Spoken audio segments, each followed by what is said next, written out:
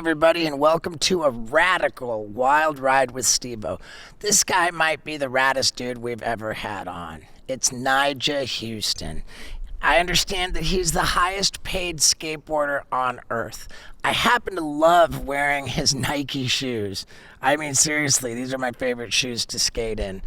And man, was I excited for this conversation. Like, so much I wanted to ask him about riding for Element at the same time as Bam Margera, about like all of this just crazy stuff. Man, it's so exciting, and what a bro Nyjah is. He said he'll do the podcast, but only if I go to his premiere for his new part to launch his third Nike shoe. I'm like, are you kidding me? Like, hell yeah, I'll go to a premiere. It was so nuts, man. He's just put out two of the craziest video parts, maybe the two craziest video parts ever. And I'm telling this to Thrasher right now. If Nyjah's not Skater of the Year this year, I'm out. I'm done with you. So let's get into it. Ladies and gentlemen, Nyjah Huston. Yeah, dude. So this is Scott Randolph. You guys actually met when we came to your facility. Yeah, with the skate-mobile. Yeah, when you were skating my car. Oh yeah, we were skating the car. Yeah, damn, dude. that shit was tight. And we met at the tattoo shop afterwards. Right. I think where you got the crow tattoo. When did you get that crow tattoo? On my neck? Yeah. No, I got that one out in Texas. Oh, really? A while back, yeah. Yeah, It was like in Laguna Niguel or something. We went to a tattoo shop after? Yeah. Damn, my memory is shot. I don't remember what, though. That's the only thing I remember. My memory's fucked, bro. Too many concussions. It's crazy.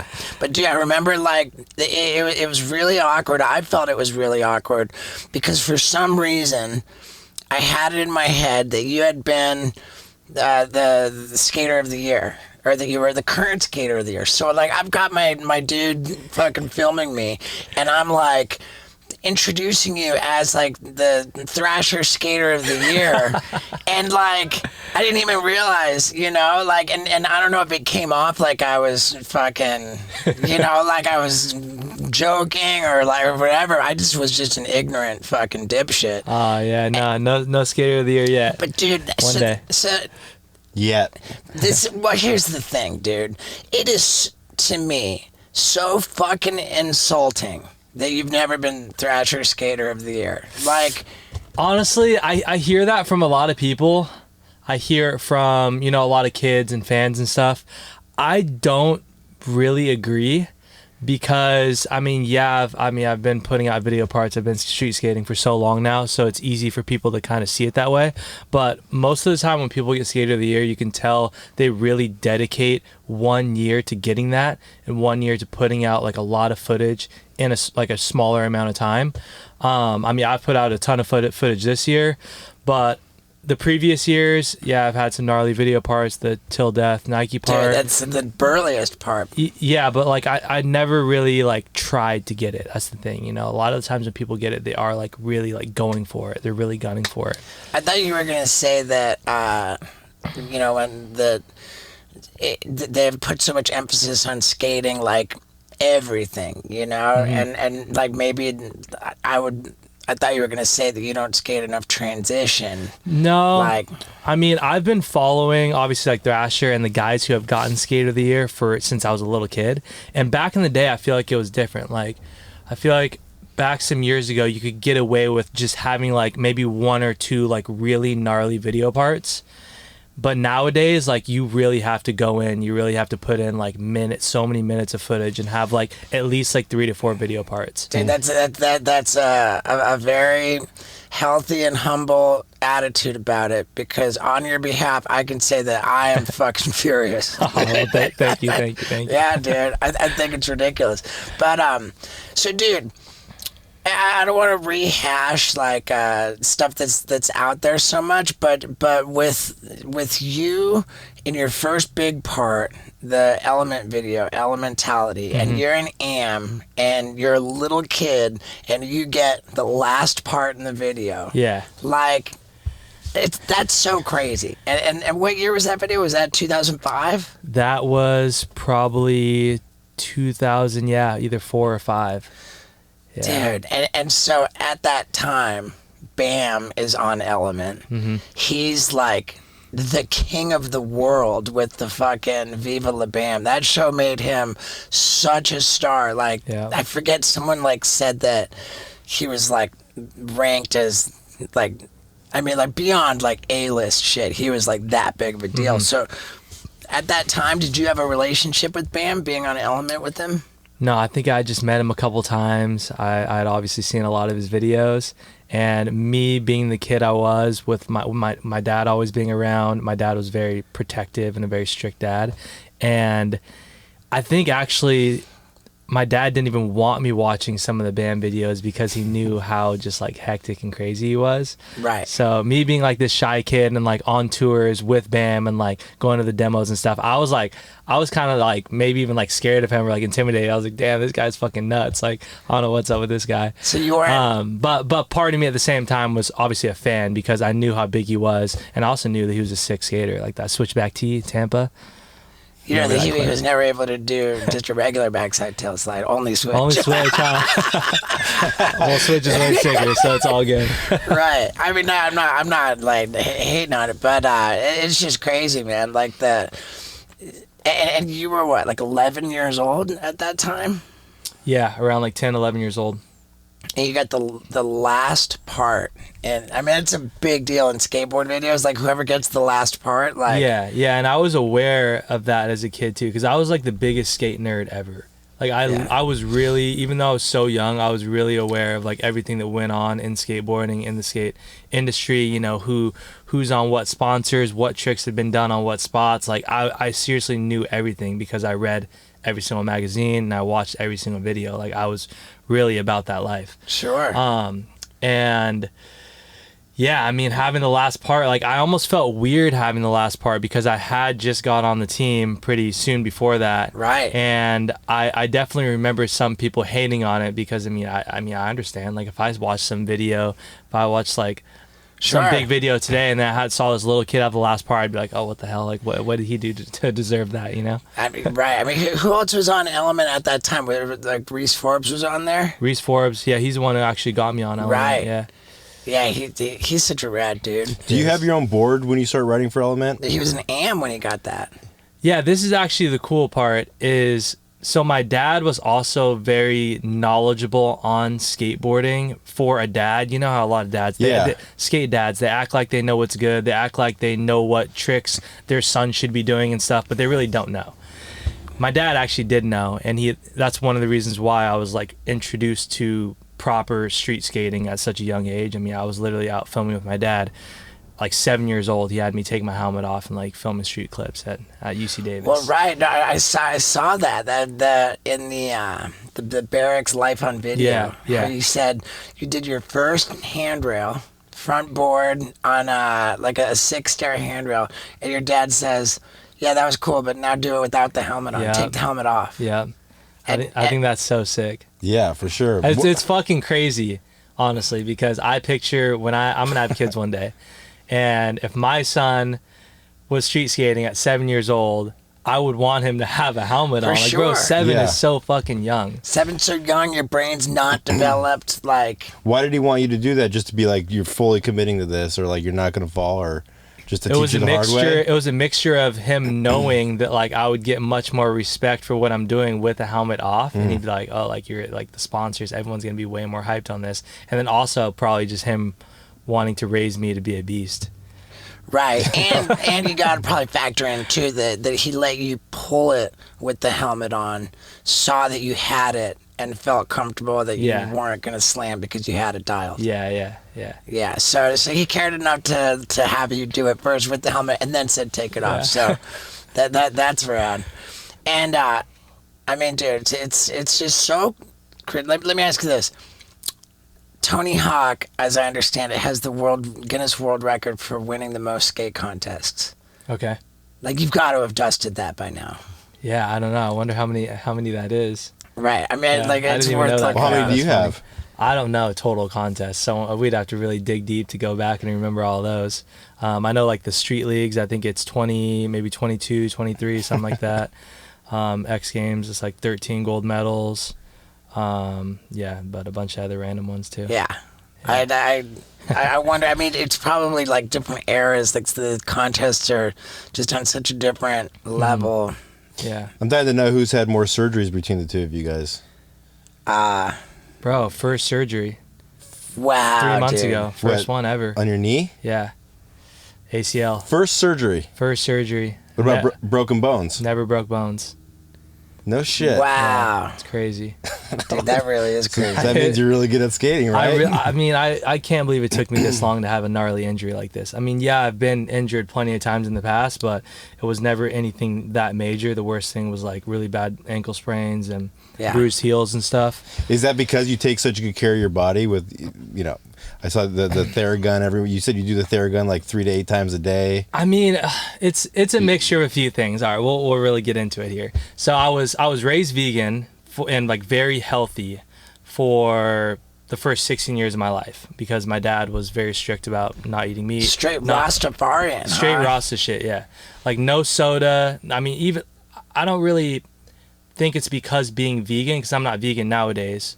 I do think being vegan is like healthy, but I think it more so has to do with like not a lot of sugar. We didn't drink soda as a kid, no candy, no ice cream, stuff like that. And my mom was just cooking healthy homemade meals, so it was just like solid food. Mm-hmm. And then also think about how much impact my body was taking when I was that young. So my bones are for sure like dense as fuck. So they probably just don't want to break. And then also it has to do with me just being the type of like skateboarder that I am and the type of person that I am.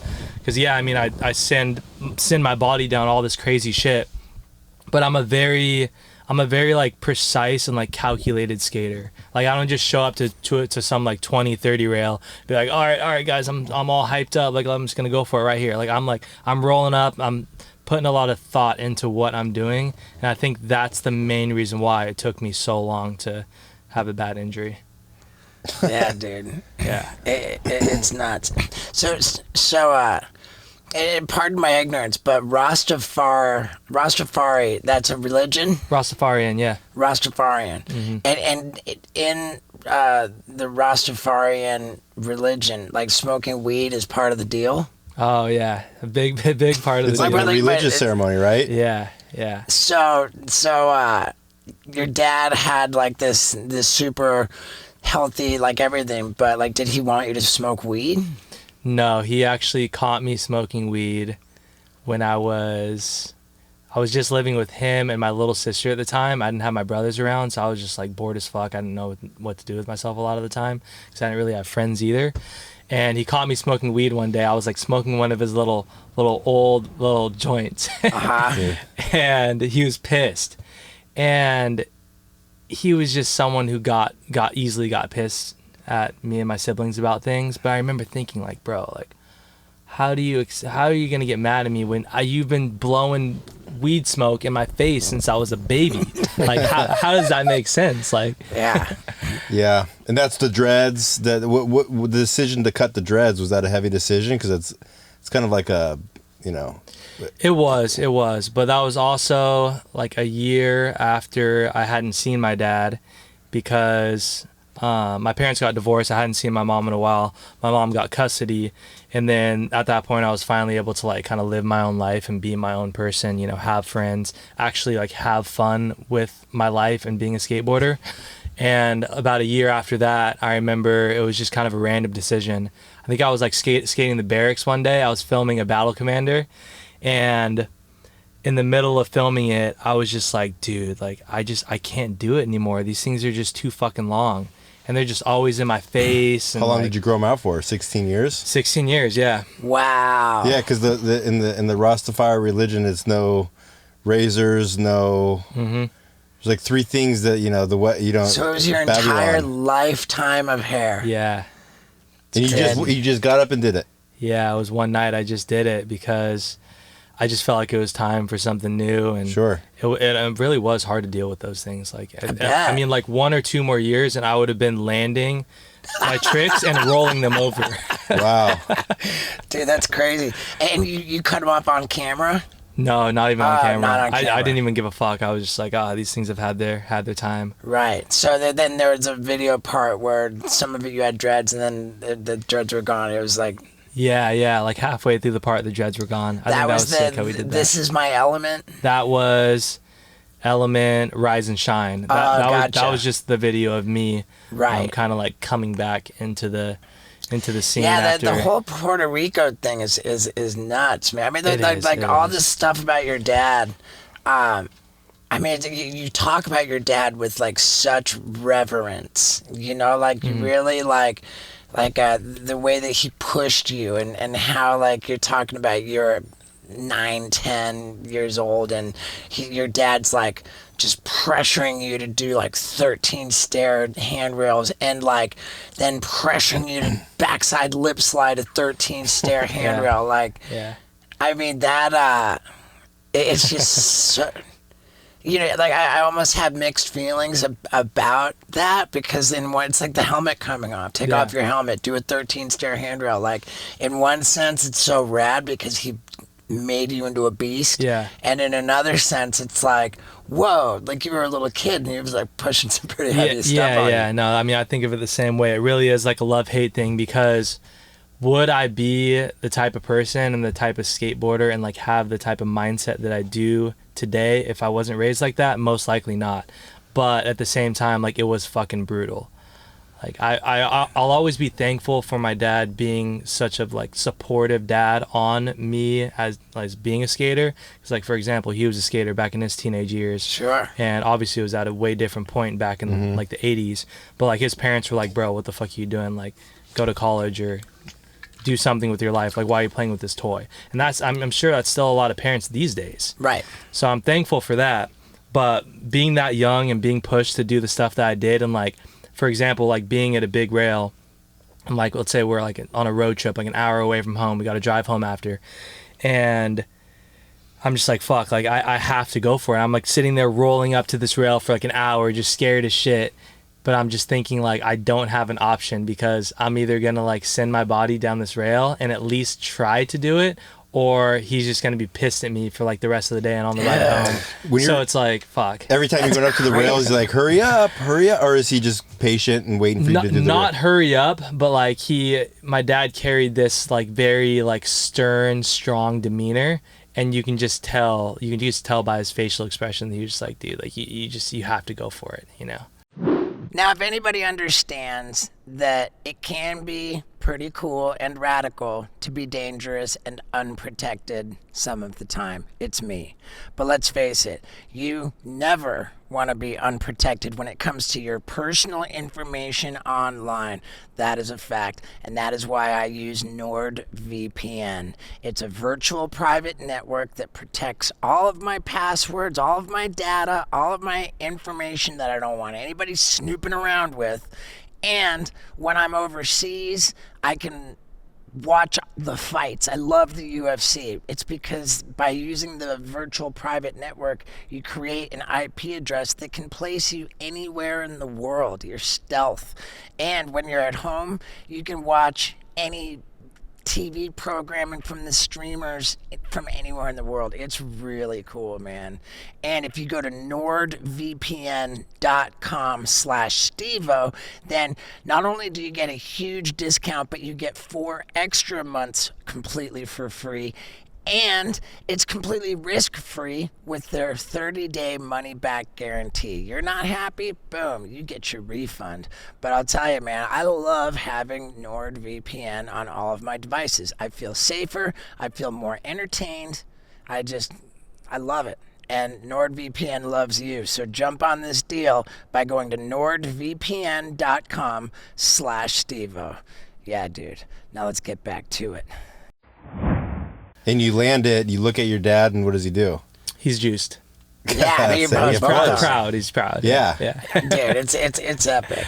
Yeah. And but even more than that, it's like I was saying, he actually knew about skating, so it wasn't just like going to a big rail and like grinding it. He knew that like, all right, like I've seen you do like 50s, feebles and stuff down other bigger rails, so you're at this 13 rail, like you gotta like backsmith it or something, you know? Yeah. He really like knew what I needed to do to like have valid clips in my video parts. Right, and he knew like what tricks had been done on like every rail too, huh?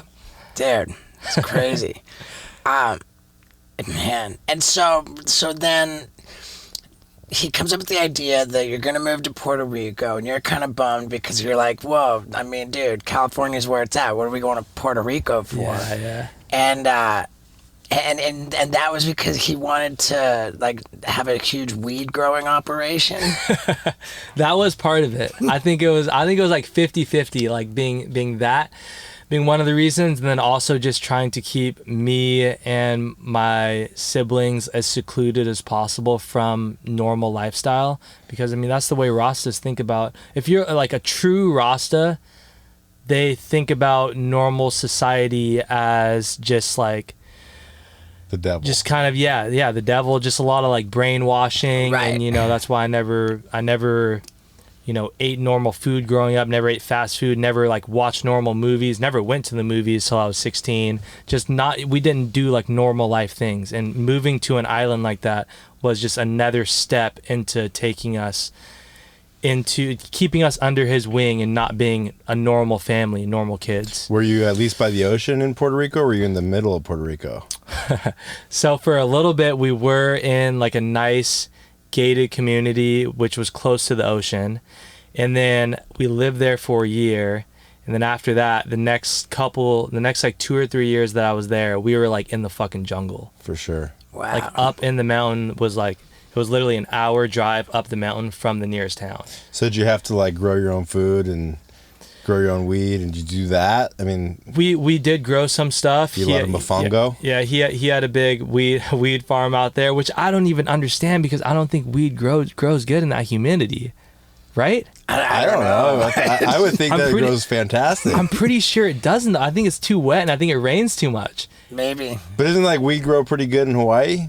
Is it like the same climate or no? Not really. No, it's a little. It's not different. as hot there. It's not as hot and it's not as humid. Yeah. Okay. Yeah. So I don't Plus know what he was the thinking, outdoor bro. program, I think, is tougher to manage. Maybe, but It's just risky, yeah, with the weather and stuff. Because before going there, like I was raised around weed my whole life. Like every house we lived in growing up, the biggest room in the house, weed plants everywhere. Mm-hmm. wow. Like sometimes I think it would literally be like his and my mom's bed, and then just like weed plants just like hanging all over it.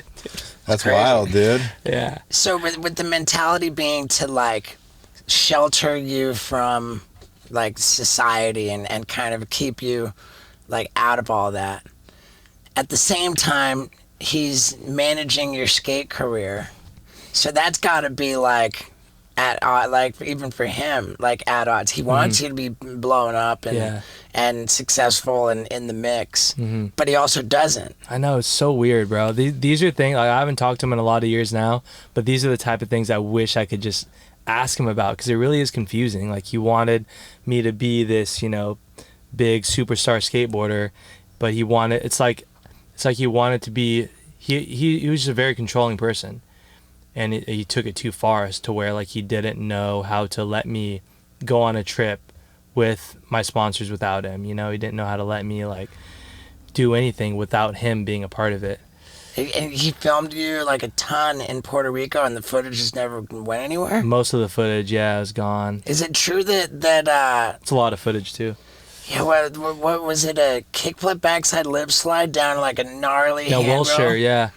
Wilshire 15, I had the cover of Skateboard Mag. And that, dude. I know. So people speculate that you didn't land that kickflip backside lip down that handrail, and for damn sure you did, and there's video of it, but Yeah, I know. It's just lost. The lost tapes. I mean, I landed it perfect too. It was sick. Where are they? Do we know? He has them somewhere. And he's in Puerto Rico? He would. I don't even know where he's at right now, but he would never give him back, or I wouldn't think so. Maybe if we figure out how to rekindle our relationship one day, maybe we could figure it out. But like, I don't know. My dad's a very like strong, like prideful person. He has a hard time like giving up his pride and control on things. So he's not watching you on YouTube videos because he probably doesn't even have a computer. I mean, he's got to be like so proud of you that it's ridiculous. Like, I'm also curious if he's like super heavy into the Rasta lifestyle still. I don't know. Man, Yeah. have you tried to reach out at all? No, I haven't. It's been a while. Man, but that's almost something that like you feel like you should do in the next 10 years. It's not even don't on know. your radar. It's been so long at this point. You know, I assume that he's off like doing his own thing, and I'm sure he like has a new family out there and stuff. And I just kind of. I mean, you speak about him. Thing. I just sense that there's so much reverence, so much respect when you speak about him. Oh, for sure, yeah. That he's got to know that. You know, you're not out there like bad mouthing him, like you talk about him like he's like this. You know, like God to you, when you were a kid. Yeah. And he's got to be so proud of everything that you've accomplished, man. Yeah, I mean, I hope he sees it that way. I hope he does. I hope he sees this. Yeah. And you know, like if he were to reach out to you, I mean, I guess it goes without saying that your mom and him aren't in contact. Yeah. Yeah, I don't think anyone's talked to him for a while, to be honest. Man, but you would be open to it if he did reach out to you. I would be open to it, yeah. Dude, epic. It'd be good for the soul. Yeah. It's good. Like it's not even closure, but it's just kind of. I mean, I think that it would be. It seems it would be very healthy. Yeah. Yeah. Yeah. My little brother is the one that really wants to have a relationship with him because he's the most similar to my dad in that same way where they just think about life and just. The same way, you know, they don't want to be a part of normal society. My little brother's like the most chill. He's actually a really sick skater too, sick as style. But he's just such like a chill, just down to earth guy. Just wants to like, you know, live on a farm, grow his own food, and just kick it. So I more so wish that like they had a relationship because I could see like how it kind of affects his life. Yeah. With not having a relationship with him, but who knows? Maybe one day we'll see. How many brothers do you have? 3 brothers, 1 sister. I'm the middle. Wow. Yeah. That's crazy, dude. And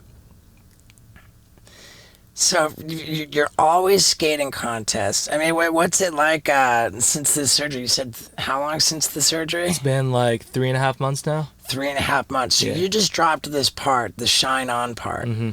And like what was the timing like based on?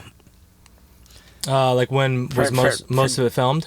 Well, I'm just saying, I mean, evidently you were sitting on that footage for like 3 months. Yeah. No. So what was the planning for the dropping? Yeah, that footage was a mix of footage throughout the past couple years. Me and Ty Evans have also been filming this documentary for like 3 years now. That's what the premiere is tomorrow. No. This is just another way bigger street part that I'm putting out with Nike. The documentary is going to come out sometime next year, but throughout that time of filming for the documentary, me and Ty we were out street skating, so we stacked up a bunch of footage, but I wasn't able to fully finish it how I wanted to. I actually tore my ACL filming for that part. I was skating this big gap trail and just, you know, got me. But yeah, we still got enough footage to put out a good part, and I was honestly. Jesus, I was watching it. I'm like, because I see on your Instagram, I saw that like that frontside Smith and then that crazy like, what even was that down? Nose blunt after? Yeah, I mean, dude, it was just like an over blunt, like an over nose blunt kind of a thing. It was just nuts. But I remember seeing that come up. I'm like, oh, here's the ender because I saw you posted on Instagram. Like, oh, okay, so this is the ender. Yeah. And they're like, oh, dude, there's another one. Like, whoa, this will be the ender. Yeah. And then like, whoa, this, and it was just like, I didn't look at where the video was in the timeline or you know whatever. Mm-hmm. Like, I was like only halfway through the part. Yeah. Like it was just nothing but enders. Yeah. Fucking insane, dude. Yeah, I was actually really stoked to hear how hyped everyone was on that part because I'm just sitting back like, yeah, this part was sick, but like the part that I'm about to put out with Nike SB and Anthony Travis filmed this one. We've also been filming it for a couple years, and this is the fucking one. Like, wow, this part is. It's so, this is what's going to get you Thrasher Skater of the Year 2023. I don't know about all that. But. I mean, I saw them speculating about this on the 9 Club. Really? They've got like they broke up a whole section of the Nyjah episode. It was you in on the 9 Club recently, yeah. Yeah. And they were like saying like 2 parts back to back, but that's what they want is a lot of footage. They're fucking putting out a lot of footage. Yeah. I had another one that came out earlier this year too with Disorder and. It was like another like 4-minute video part. Yeah. Check it out, man. I'm wearing my Disorder hat you sent Oh, me. the same one. Yes, That's great, Yeah, dude. Stoked, man. fire. Dude, I appreciated that so much when you sent me the box of Disorder shit, man. I really did. I'm really naive to skating, and I was asking Steve yesterday, how soon did Nike come out with a skating brand and then picking you up? Is it safe to say that they started Nike skateboarding because of you to get involved, or was that like some sort of a play? No, Nike has been around for a while now. For a lot longer than you before you came on? They actually started it with P-Rod. Ah, that's right. It was P-Rod. And have I told you about my P-Rod? Or shall I say my P-Rock? Yeah, talking about my wiener. And it gets hard as a rock when I use BlueChew tablets. Why? Because BlueChew tablets have the same active ingredient as both Viagra and Cialis, except they only cost a fraction of the price. And if you're wondering, wait a second, like, is using BlueChew tablets to have an outrageous boner a lot of fun? I can assure you, it is indeed a whole lot of fun. BlueChew.com. Use the promo code STEVO. You can get an entire month's supply of BlueChew tablets completely for free. All you have to pay is $5 for shipping. Man, what a deal. Plus, you don't have to go to a doctor's office to have some inconvenient, awkward meeting to get your prescription. You just consult with medical professionals online right at BlueChew.com. Takes no time, and that month's supply of free BlueChew tablets is on the way. You just pay $5 for shipping if you go to BlueChew.com and use the promo code STEVO. Telling you, your boner is gonna love it. Now, let's talk about the other P-Rod. Okay. Back like, maybe 20 years ago. It was a long time ago. Oh, really? Wow. Okay. Yeah. Yeah, you were on S, right, for a long time, up until when you were on Nike. Yeah. Maybe not 20, maybe like 15 or something. But yeah, they started it with P-Rod, and I remember hearing everyone talk about it, and everyone was hating so hard. Like, why the fuck is Nike getting it? I mean, you know how skateboarding was back then. Yeah. Like, why the fuck is Nike getting into skating? Like, get the fuck out of here. Right. And then now look at what it became to this day. It's crazy how it changes like Dude, that. I love your fucking Nike shoes, dude. Like, This is the new one right here. It's about to come out in a few days. And all your shoes are vegan? No, it's a rubber material we use. Oh, okay, but it's not like leather. No, it's not leather. Yeah. Yeah. That's why, because, dude, I go into skate shops all the time. I'm like, what shoes do you have that don't have animal products? Like, it's a, you know, I mean, like, maybe, yeah, I guess I never even thought about it like that, but I guess maybe it's tough to find durable skate shoes that don't have fucking dead cows in them. Yeah, because suede is the same, right? Right, it's suede is leather. So, like, I'm constantly searching, right? Like, online, I'm searching, like, vegan skate shoes. Like, I'm just, like, an animal guy. So, Yeah. like, it's important to me. And I can assure you that out of all of the skate shoes in the world, you have the best fucking... Thank I you. love it. Did you see, I sent you the footage of me and Wee Man? When I did that line, I'm wearing your shoes. Oh, no way. Yeah, Sick. yeah, dude. Hell yeah. Yeah, this is the third one. It comes out in a few days on my birthday. And this one's actually like, it has a similar feel to the second shoe, but it's just more protective and it's more like comfortable. It has like more padding right here and stuff. You know, like, I think I've got one of my Nyjah shoes says on the insole 2021, and I think maybe I have the first two because I got two pairs. Maybe, And when you're in R&D with Nike, figuring out like different things you want on the shoe, or they're like, hey, here are these options, pick to see which one you want, or like how involved are you in making your own shoe?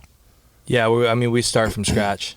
They want someone like myself to be very involved, and so we go back and forth. You'll skate with a prototype. You're like, this kind of felt weird on my toe. Yeah, and I'm really picky about it too. Like skate shoes, skate shoes are hard, man, especially for the type of skateboarder that I am, because I flip my board a lot, so I need a lot of board feel. I flip my board into rails a lot, so having that balance between enough board feel being thin enough with enough board feel, but also like thick and protective enough to not like bruise your heel right away or roll your ankle. It's hard to find that balance. So it's a lot of back and forth. It's evident.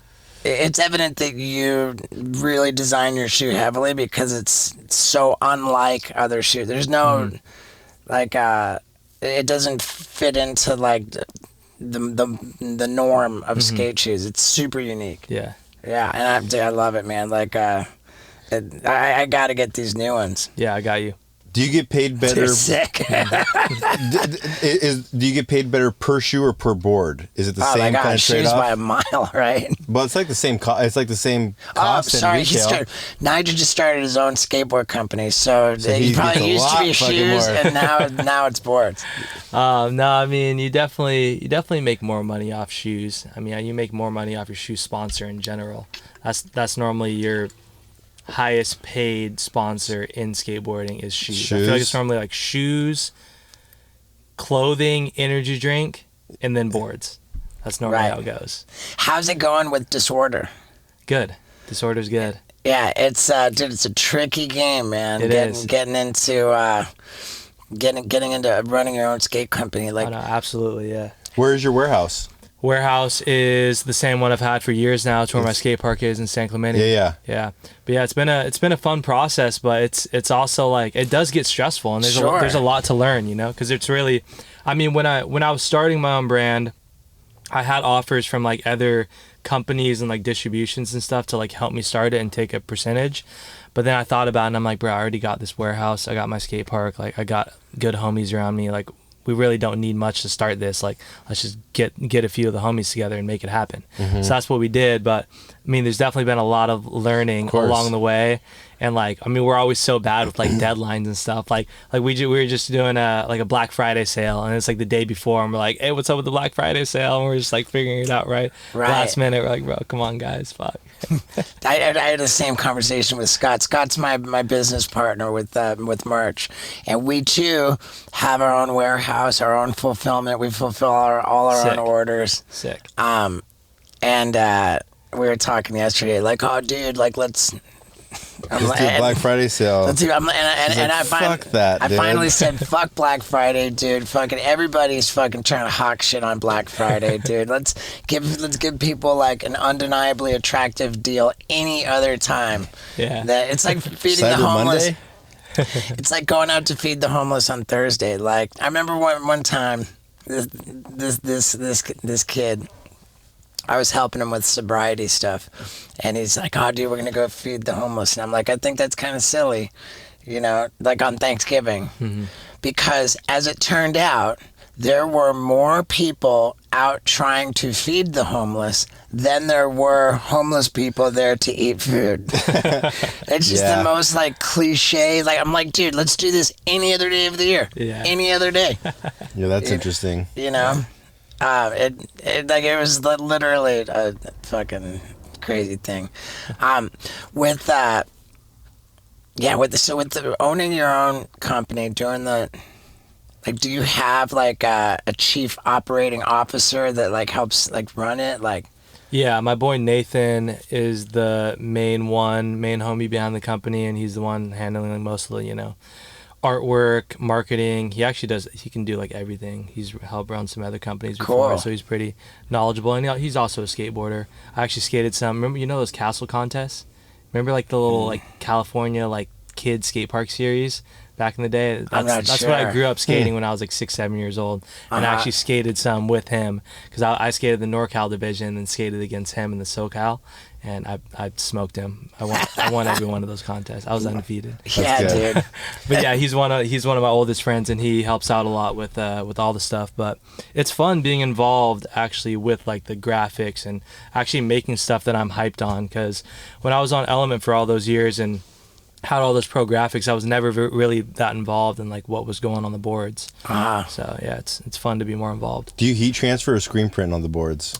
We started out doing screen prints, and then we've been doing more heat transfers lately just because it's just easier and like faster to do. Yeah. That's it. We all three have something in common, is we love dental floss. I saw your must-have video, and it's like number one was dental floss or something like that. It's like, dude, it's crazy, man. Like, if you don't floss, you end up with that bacteria in your mouth. You know, when people have that gnarly bacteria, no matter how much they brush their teeth, it doesn't go away. And you're trying to talk to them, and it's like, oh, dude, like, and they can't tell that they've got the fucking odor coming out of their mouth. And like, society's just structured in a way that it's not okay to tell someone, yo, dude, you've got like fucking gnarly smell coming out of your mouth. Like, so nobody ever tells them, and it just goes on and on for years. Oh yeah, that's brutal. It's brutal. It's the gnarliest. With like in the Element days, like, I mean, I gotta believe there was just partying going on. Like you're 16 years old, you cut off your dreads, like you're no longer in contact with your dad, and like. It's like the preacher kids finally are starting to party. Like, did you kind of like, you know, like when your relationship with your dad cut off, did you find yourself like, now, you know, like just let loose? And yeah, it took me about like a year or two, because I was around that time I was still very like socially awkward, because I never was allowed to like really have friends growing up. And I kicked it with my brothers, but even them I hadn't seen in a while. So just like being in like a public setting and like starting to like kick it with my friends and like go to like little house parties as a teenager and stuff, it took me a while to like be a normal person and to like be able to like conversate in Did people think you're like a dick and you're just like, no, I'm just socially awkward? Yeah, I was just quiet, you know, just quiet, shy. But as soon as I started to break out of that, like a year or two later, and then I got drunk for my first time when I was 16, after I won Street League, Kansas City, 2011, and we were at the after party. It was in a club. I don't even know who let me in there or whatever, but like Sheckler and like everyone was like giving me drinks, and they were just peer pressuring me to drink, and then I blacked out, bro. I was so drunk, and I was like I was so unknowledgeable on what alcohol even did to you in the first drinking place. Everything. Because my dad or my mom never drank. It wasn't a part of like the lifestyle growing up. So I like knew about it a little bit, but like being that drunk and then like waking up the next day and feeling the way I did, I was so confused. I was like, why the fuck do I feel like this? Wow. I feel like I heard at some point like that you were like just capable of getting super hammered and then just waking up the next day like totally hungover and just winning first place in like the biggest contest. Yeah, I did do that a few times. Dude, I don't know. Wow. I don't know how, bro. I don't know how. I still trip out on that to this day. Like, it is really crazy to think about Nyjah getting wasted like that. But it's even crazier to think about your money being wasted on overpriced shaving products. I mean, come on. With the vibrating razors, the light up, and it's just silly and stupid. And that's why I love Harry's.com. They've got the highest quality 5-blade razor and just sleek, classy look, and it's totally affordable. I love it. And man, do they have the stocking stuffer of the century for you with the Harry's starter kit. This has the weighted ergonomic handle, the 5-blade razor, the case, the travel case to protect the razor, the foaming shave gel. All of this is a $13 value, but it's yours for only $3 if you jump on this right now by going to harrys.com/Stevo. And while you're there, check out the holiday gift boxes. It's crazy. These people are my favorite, and I've been using their products for way longer than before they became a sponsor of the Wild Ride podcast. I just believe in it, and so will you. So jump on that deal by going to harrys.com/Stevo. And be quick about it because they have very limited supply for this offer. So hurry up and let's get back to it. It was around when I was like 17, 18.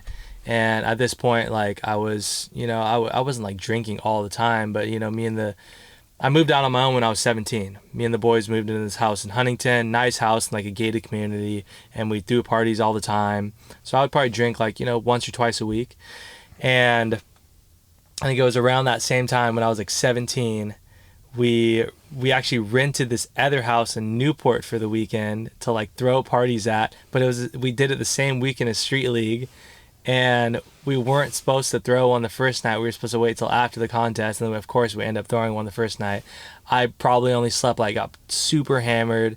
Me and all the homies, we used to, like, drink so much. And then I woke up, got, like, 2 hours of sleep, and then somehow went to the contest and skated great. And won the thing. And then partied even harder that night. Yeah, I remember, like whoever it was telling me about this. They're like, man, we've seen with, like Nyjah's just a different beast, man. Like just like It's like Babe Ruth, like not sleeping the night before and just like crushing the home run record for that stadium or something like that. Yeah, for sure. I mean, sometimes maybe it could help with like the nerves and contests and kind of like loosening you up a bit and making you a little more like carefree. Because I mean, with skating and competition, it's just hard. It's a weird mixture of like feelings out there. Like, it's so easy to get nervous. It's so easy for your legs to just like feel like they're not working like they normally do because you're fucking overthinking every single thing, when it's really like, dude, we do these tricks every day. Like, you shouldn't be like stressing on it that hard. But as soon as you get into a contest, you just think differently. Are you listening to music during the contest? Yeah, I got AirPods in, listening to music. That actually helps me out a lot. Yeah. Helps me. Does everybody do that? A lot of people? Maybe like half the people. I feel like it's a new thing, like in the 90s and 2000s, where people were listening to Walkman during competitions. It's like, oh, yes. I feel like that would help you out a lot. It definitely helps, but at the same time, like my music it has to be up really loud to get through all the sound that's going on around you, like in like the arena. And it is harder to like hear your board and stuff, so that could mess with people a little bit. But for me, it just helps keep me like more focused and just like not worrying about what's going on around me and just more in the zone. What are you listening to in the earphones? And then are you superstitious? Like if you have a good run with like a certain song or band, like do you want to play that the next time, or is it just kind of on play? Or no, do you have a ritual? I'll normally have like a playlist, or actually I use SoundCloud a lot when I skate, because I listen to a lot of house music and like EDM. Like, I don't know if you guys know about that music, but some of it is more like heavier, like hyped up, like techno and stuff. But for a contest, I would actually rather listen to like more mellow house music. Like Black Coffee is one of the artists. It's more like African style house music, and it's just more mellow and really like puts you in a good zone. And on SoundCloud, they have all these long mixes. They're like an hour or 2 hours long, so you don't even have to worry about like switching the song a bunch. You're just like basically just one song the whole time, and it has changes, but you're just dialed in. Yeah, fuck. I feel like I would like to listen to music if I played professional sports. I mean, you always play better. Yeah. I don't know why basketball players don't do it. Or It's weird to hear you say that you can get nervous in a contest when like you just like the Street League contest. Maybe they're just like more frequent. Like Street League, you're not tripping, right? It's not that I'm tripping. It's just because I care. Yeah. I always think about this because at this point I've been skating Street League for 12 years now. I've won a lot of them, and I feel like at this point in my career I shouldn't be going to a contest and stressing on winning, especially keeping in mind that like skateboarding is a fucking very young sport. Like, yeah, a lot of people, a lot of my fans still expect me to go out there and win just because I've won so much in the past. But if you look at skate contests and who is normally winning, they're on average like 21 years old. Like the guy, Gustavo Ribeiro, he just won the Super Crown. He's like 21. You know, when Yuto came out on the scene, like he was winning contests when he was like 18, 19, 20. Like those were his like just easy years of winning contests. And you're 27 now? 27, about to be 28. Same thing with me. My easiest years of winning contests was actually from like 16 to like 20. Those are the easiest years. Why? Because your body's in better shape? Just because, I don't know. I feel like skateboarding just goes through these like generations of skaters who are really good at contests, and they come on super strong when they're young, and then they just get like better and better, and there's just like another person every like few years. It's weird. And it like never fails. There's always someone new. It's crazy. Wow. But what makes the next person better? Is it he has new tricks that nobody's ever seen, or he's just landing everything he tries, or like what? Yeah, I mean consistency and just like technical tricks. I mean, that's really what it comes down to nowadays, and something that I actually dislike about contests nowadays, because it's just so technical, you know? Like I've always been pushing for bigger rails in contests. I want there to be a fucking 20 rail out there so you can go, you know, back lip the thing and get a high score, or like flip into it and you're gonna win the fucking contest because you're putting your fucking life on the line. But instead they keep making these like 9-10 stair rails, and then you gotta be doing like fucking tray flip nose grinds and like them flipping out and like flip in, flip out, flip in, spin out, and just all this crazy shit. And I'm just like, bro, this is like fuck. When you're skating in the competition, how far in advance do you know what trick you're going to do? Is it like all spur of the moment and spontaneous, or are you like, okay, I'm going to do this one here the night before, and you're studying what you're going to do? Yeah, I mean, we're studying as soon as we get the course, like a couple weeks before. And you already know your run, and you're practicing that somewhere else beforehand. Yeah, I mean, a lot of the times I'll be like on the plane on my way to the contest and like figure out my run then.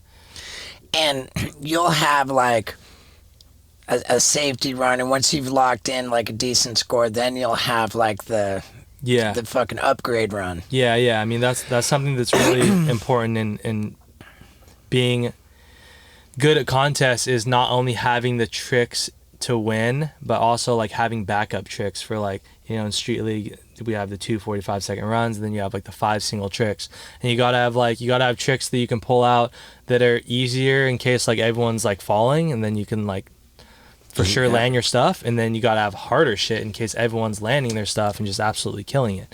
So it's more than just having the tricks that you want to do. It's about having just like a big variety of stuff that you can pull out. And then also you always want to be able to mix up your tricks. You don't want to go out there and do the same shit every fucking time. Mm-hmm.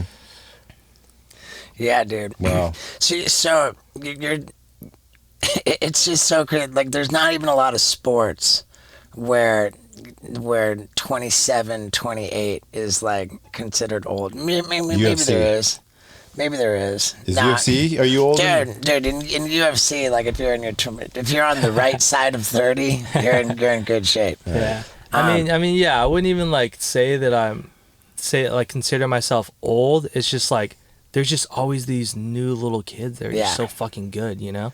But I mean, I plan to still be out there for at least another 5 years competing, and then however fucking many years as possible, I'm gonna be out there street skating. Yeah, I swear I'm gonna be fucking 6 years old, like grinding rails. I love it. I fucking swear, bro. Who are your favorite skaters now? My favorite skaters now, Chris Cole has always been like my all-time favorite. Him, P-Rod, Art Osari, Andrew Reynolds. Those are the guys I grew up watching. My favorites, like more current skaters, Ashad Ware is definitely one of my favorites. Braden Hoban. Have you heard of him? He's like a newer kid that came up throughout the past couple years. He actually just came so close to winning that Street League contest, and he fucking rips. I wonder if he's one of Zeke's roommates. He is from SD area. Yeah, really? They probably know each other. But yeah, he's so good. He has like the best fucking kickflipping. Like in La Jolla? He can kickflip into anything. It's crazy. How about Tori Pudwell? I mean, he's kind of like splitting the difference between like the old and the new. Yeah, no, Tori's a legend. Dude, he's my favorite. I've always loved him. Yeah, I was actually very impressed when I watched his last video part that came out, I think like 6 months ago, and he had this fucking nollie flip back tail on this ledge. I don't know if you saw it. Oh, dude, I did. It was the longest fucking ledge, and it's also like pretty tall. Mm-hmm. Yeah, nollie flipping into a back tail on a ledge like that is already hard, and you had to go so fast to slide that whole thing. I was shocked. His part at the end of the Plan B True video, like I just thought was, I I would have given you the gnarliest part and him the most like technical part. Yeah. I feel like Tori's a good example of one of those skaters that is such a legend and that has always deserved, you know, just more love, you know? Like he's just one of those skaters that's like put in so many fucking hours and like been around, been pro, been putting out video parts for so long, but like there's just, I don't know, some skaters just don't really get the love that they really deserve, you know? Right. Just, I'm saying because there's not that much money in skateboarding, you know? You would think someone at his level should be absolutely fucking killing it, you know? Yeah. Comparing it to any other sport out there. I mean, what makes somebody like kill it and not kill it in the sport? Well, I mean, it's safe to say that there's hundreds, right? Hundreds of pro skaters. Like, of those, of those hundreds of skaters, I'm not going to say 1,000, but like hundreds of pro skaters, and the overwhelming majority of them have to work a regular job. That's fucking crazy, bro. Really? Yeah, for sure. Crazy. And like, of the skaters that really do well financially, very few. And of those skaters, we're sitting with the number one. Right? Like, I mean, you were Tony Hawk, right? I mean, Yeah. Yeah. Sheckler. Well, yeah, Tony Hawk's different, though, you know? It's like, I don't really compare myself to Tony in that sort of way because he is fucking Tony Hawk. Like, it's just... Yeah, do you have a video game coming out soon that we don't know about? Maybe one day. Dude, if anyone else is going to have a video game like Tony Hawk did, it'll be Nyjah. And it's crazy, too, because, like, you see... Like, weren't you in a Super Bowl commercial, like, with Tony and, Shaun White? It's just, like, icon status, man. It's rad to be watching the Super Bowl and see Nyjah with this icon status. Yeah. Who'd they team you up with? Was it Shaun White? Oh, man. Tony Hawk? I can't remember, yeah. But, yeah, it was just, like, on that level. It's nuts. Yeah, it really has been something that's always, like, just bummed me out about skateboarding, though, is, like, why...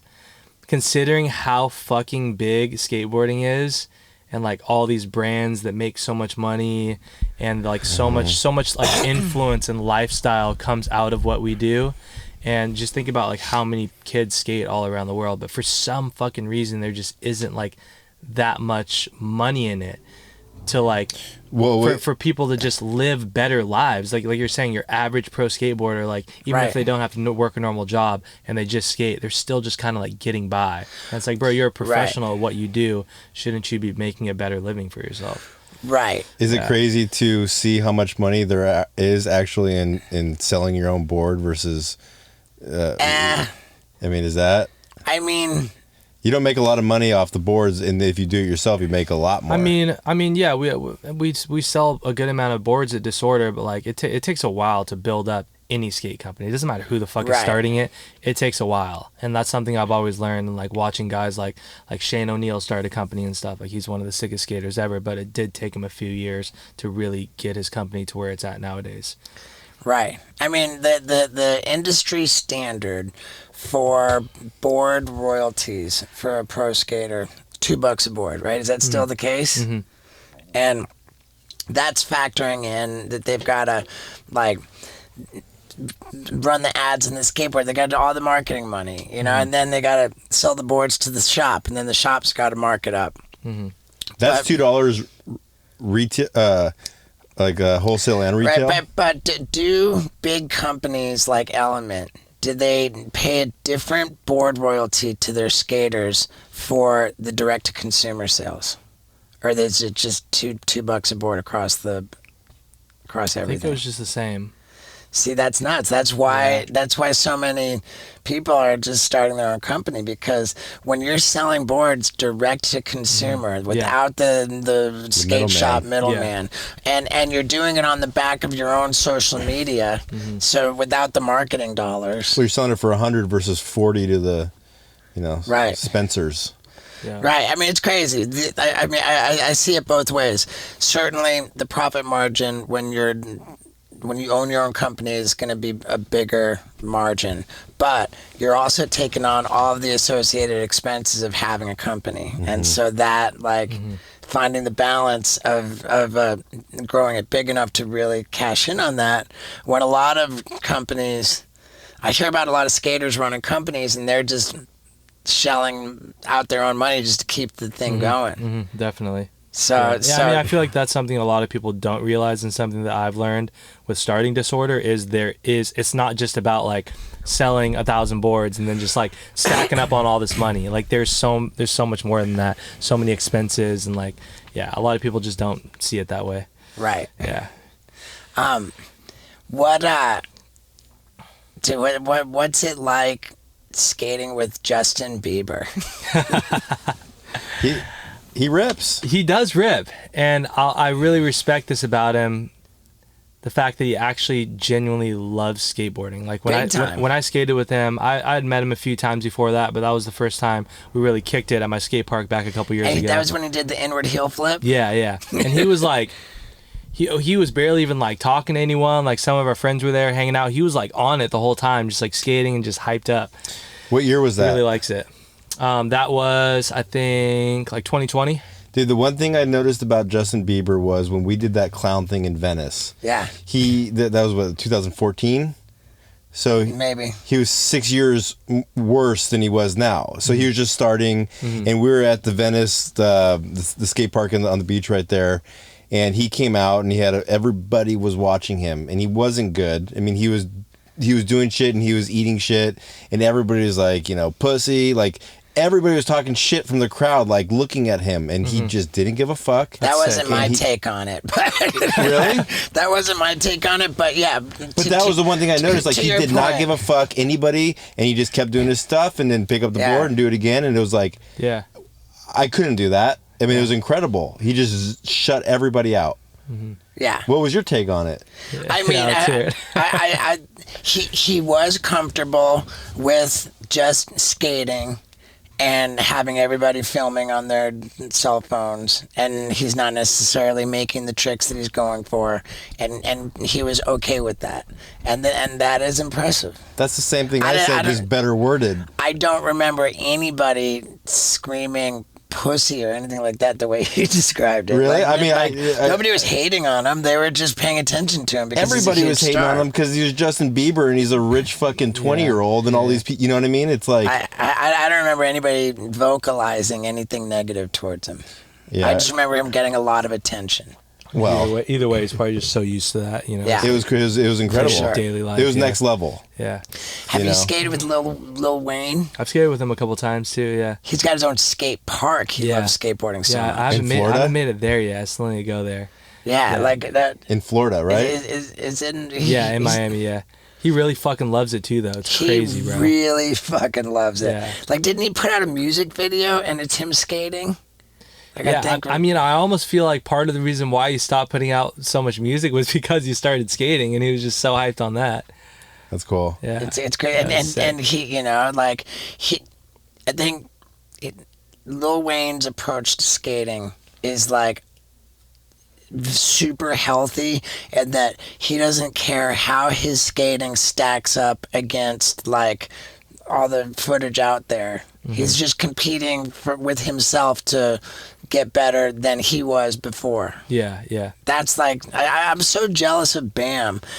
Like when Jackass started, like, I had kind of given up on my skating. I was just like, man, I'm not good enough at skating. I'm just gonna like do all this crazy stunt shit and be in skateboard videos not skating.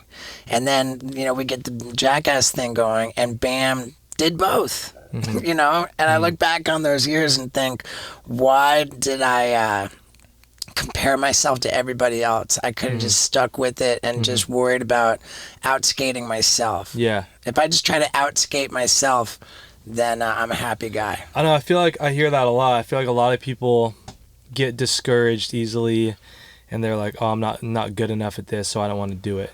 When I always tell people, like, you really don't have to be an insanely good skateboarder to have fun with it. Like, if you can ollie and like maybe do a kickflip, and like if you can grind some ledges, grind some little rails, like, you will have a lot of fucking fun. Yeah.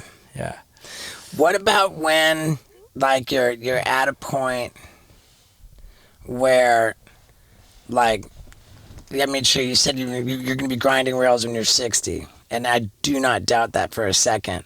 But like, at a certain point, when all the little kids that come up and they're ripping so hard, and you just kind of get pushed out of the game, you know, you get aged out.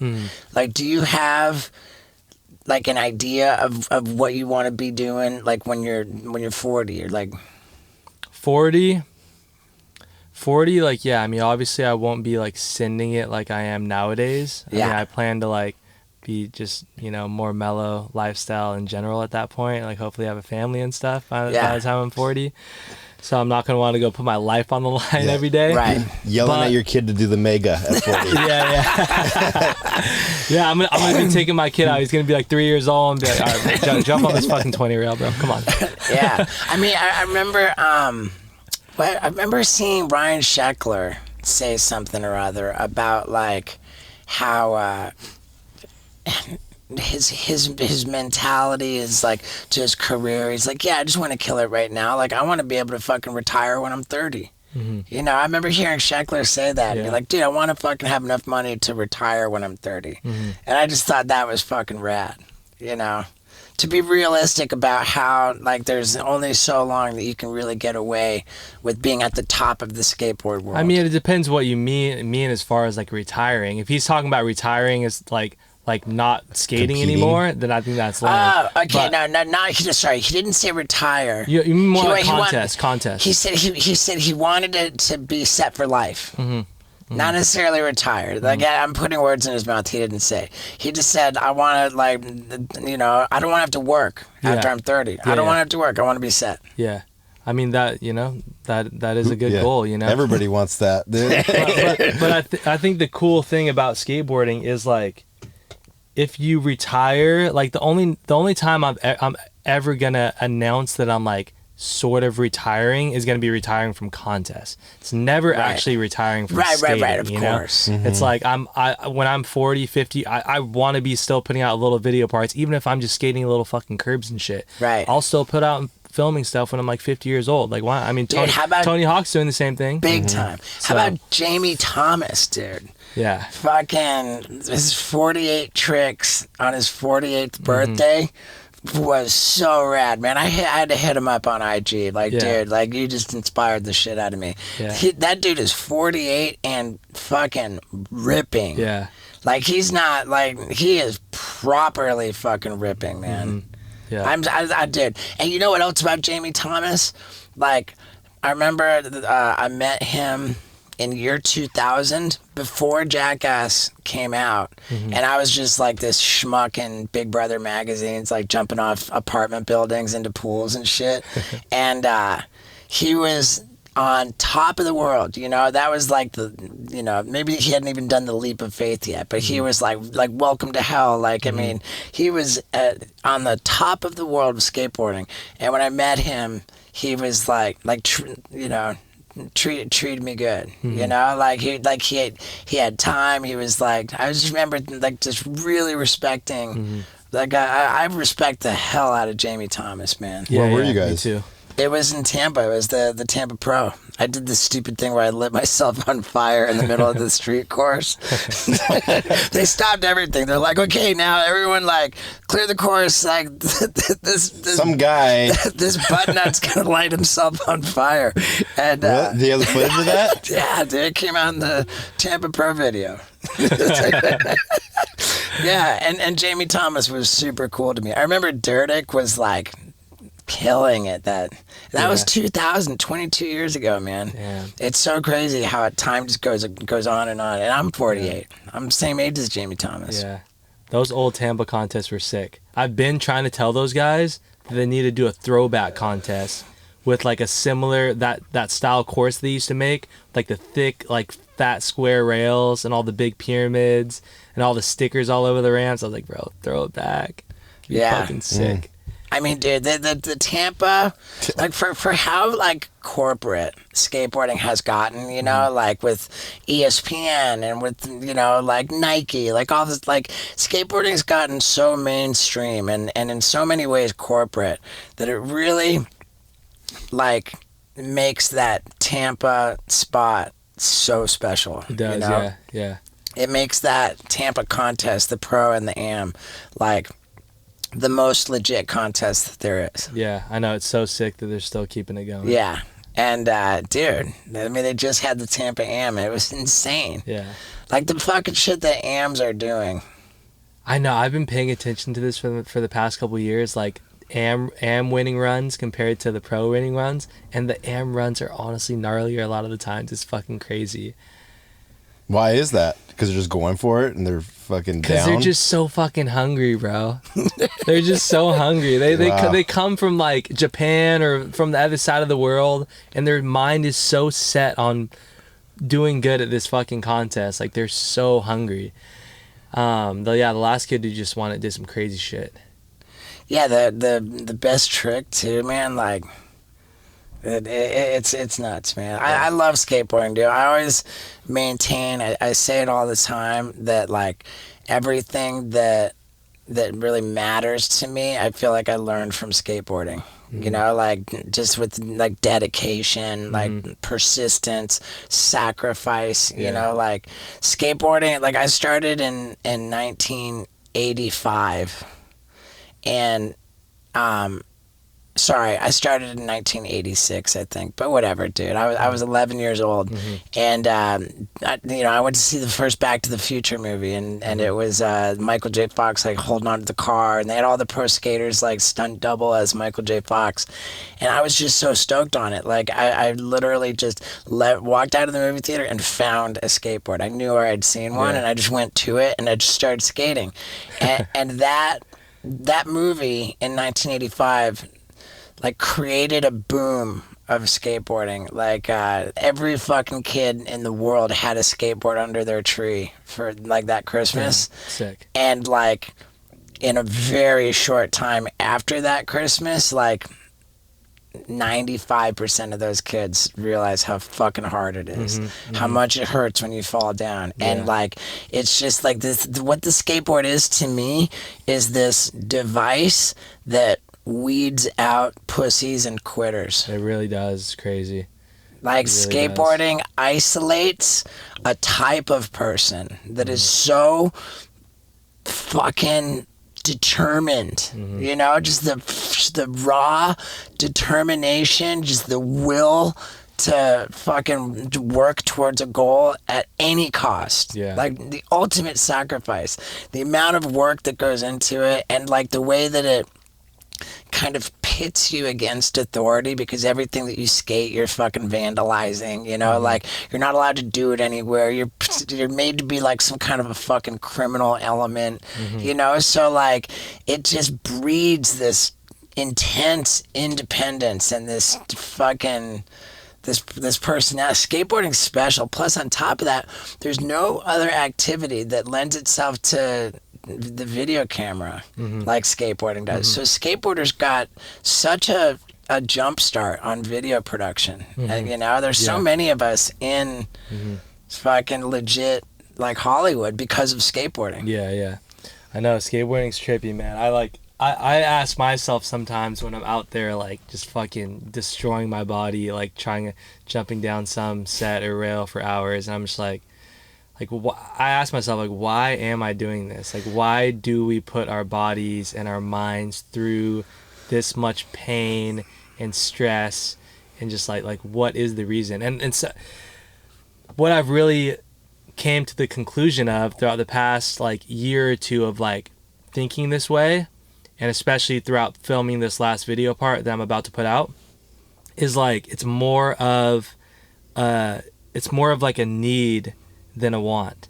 It's more like I really need to be out here doing this. Like this is who I am as a person, and like I need this like challenge and this like excitement of trying these tricks and landing them and like setting your mind to something and making it fucking happen. Like it really is something that you need in your life after you've had it for a while, instead of just being like, oh, I want to go do this trick. That's why my part I'm putting out, it's called Need That. Nice. Yeah.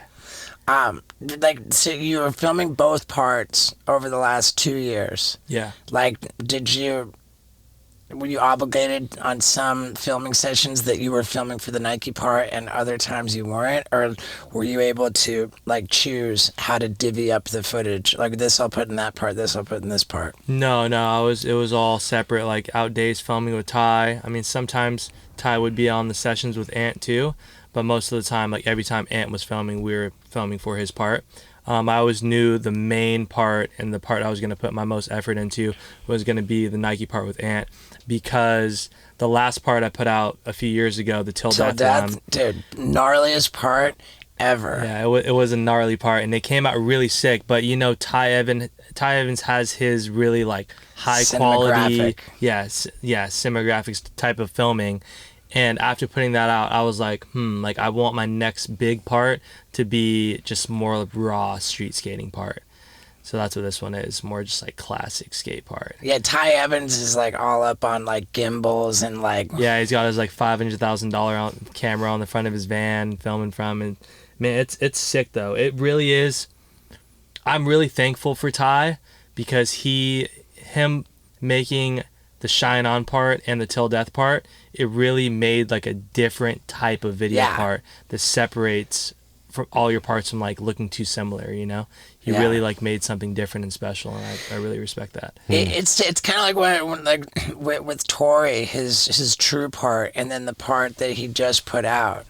Like it's hard to say one's better than the other, you know? Like it you know, I mean, it's been a while since I watched Till Death, but I can't sit here and say that you know, Shine On and Till Death, like which one's better. I mean, I guess Shine On like does take it to another level with like that fucking fakey 50-50. Was that the same rail that you did the fakey 50-50 down, the Pat Duffy? In the questionable video, it seems real similar. No, it's not the same one. I know which one you're talking about, though. Yeah. It seems real similar to that rail, like the one that D-Way board slid and Duffy 50-50. Yeah, I think that one's down SD. Yeah, those dudes are legends. Really, like opened up like I think those were really the first dudes hitting kink rails like that. Like they really unlocked a whole like new side of like skateboarding. It's crazy. Yeah, I mean, dude, I'll tell you on this podcast. The only skaters we've had were Tony Hawk, Ryan Sheckler, Danny Way, Tori Pudwell, and Nyjah. Rob Dyrdek. Sick. Rob Dyrdek. Sick. Yeah, it's like pretty high level, like Mount Rushmore. Yeah, the Super Mount Rushmore. It's sick. That's sick. So, and as we're recording this, today is Black Friday. We both missed the ball. we both, you got to make up for that. We what dropped are you the do? ball. We dropped the ball. We missed the day. Like, is there anything that we want to tell people about for Disorder? Disorder, you know? Like, I mean, like, just go to where are people buying Disorder boards at?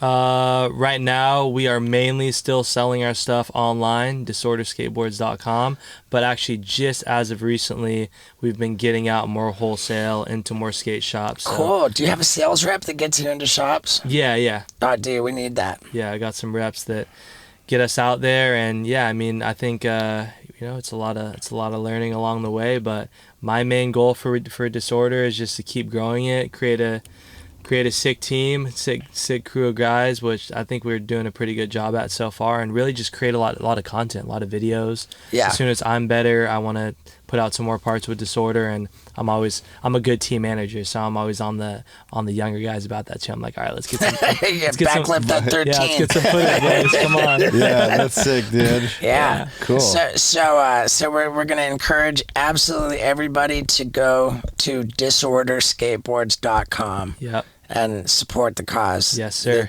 It's damn. Remember when I was a kid, skaters didn't own and run skateboard companies. You know, like there's something special about that. Like and to see the skaters like owning it, you know, that's worth supporting, man. It's worth supporting Nyjah. And what other shit? We got the shoe drops. Got the shoe dropping soon. We got the part coming out. Oh, so that's the that puts it together. What? Okay. Yeah. You're What's that coming. shoe are You're you? coming tomorrow to the Yeah, to the dude, premiere. check this out. When I watched Nyjah's Shine On part, so I hit him up on Instagram just to be like, dude, bravo, man, fucking like unbelievable work, and I just said, do you want to promote Shine On the podcast? Like, search it, Shine On Nyjah. It's so epic. And he goes, yeah, sure, I'll do your podcast, but you got to come to my premiere on Saturday. Like, deal. Yeah. Dude, I was going to ask you anyway, dude. Yeah, I mean, dude, what an honor, man. Yeah. And I didn't even know about the second part. I'm like, wait, hold on a second. You just put this out, this part that's fucking earth-shattering called Shine On, and you have another part? He's going for Thrasher Skater of the Year, dude. Dude, Thrasher's been like skating on thin ice with me, man.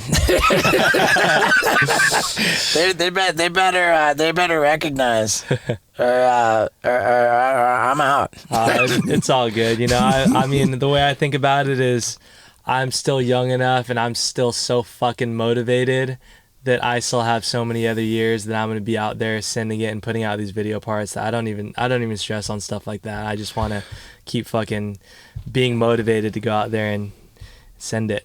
All right, more send. That's cool. All right, well, we got Nike Disorder, still skating for Monster Yep. Monster Energy. Yep. Diamond Supply. Yeah, Diamond. Yeah, those are the homies. And what about your grip? No grip sponsor. No I grip really don't have a sponsor. lot of sponsors actually. I just like being able to like skate what I want to skate, you know. What size shoe are you? 9. Damn. What are you? 9.5. Oh shit! I got you, bro. I'll get you some. Right on, man. And is there anything else we want to promote? No. I mean, mainly just the footage. I hope you guys like the footage. Dude, and it was good talking to you guys. Dude, check out cool. Shine On, man. Fuck. And dude, and the life on video for Barracks was was a really good one, cool. huh? Yeah, it was a good really one. cool, Yeah. man. A Yeah. good, like, full on. It was rad because it was like your life story, but in the context of your video parts. Yeah, so many funny fucking stories and situations popped into my mind while talking about that. Yeah. It was great. Yeah. Yeah, but dude, this was killer, man, and I was super excited. Yeah. About I was just so excited about to talk to you, and now I ended it. Ladies and gentlemen, how rad is Nyjah Huston? Oh, and if you haven't seen his new part, the Shine On and the Need That Nike part, then you don't even know how rad he is. You have no idea. And let me just say this to Thrasher Magazine one more time. Sodi, guys, Skater of the Year, or I'm out. But I'll never be out with the people who stick around to the end of the Wild Ride podcast, my beloved street team. Maybe if you guys could do the old street team trick and throw up a post with Nyjah tagged to let him know how fucking rad he is, man. I really enjoyed that a lot, and I love you guys. Thanks so much. Oh, and check out this fucking theater, dude. So rad.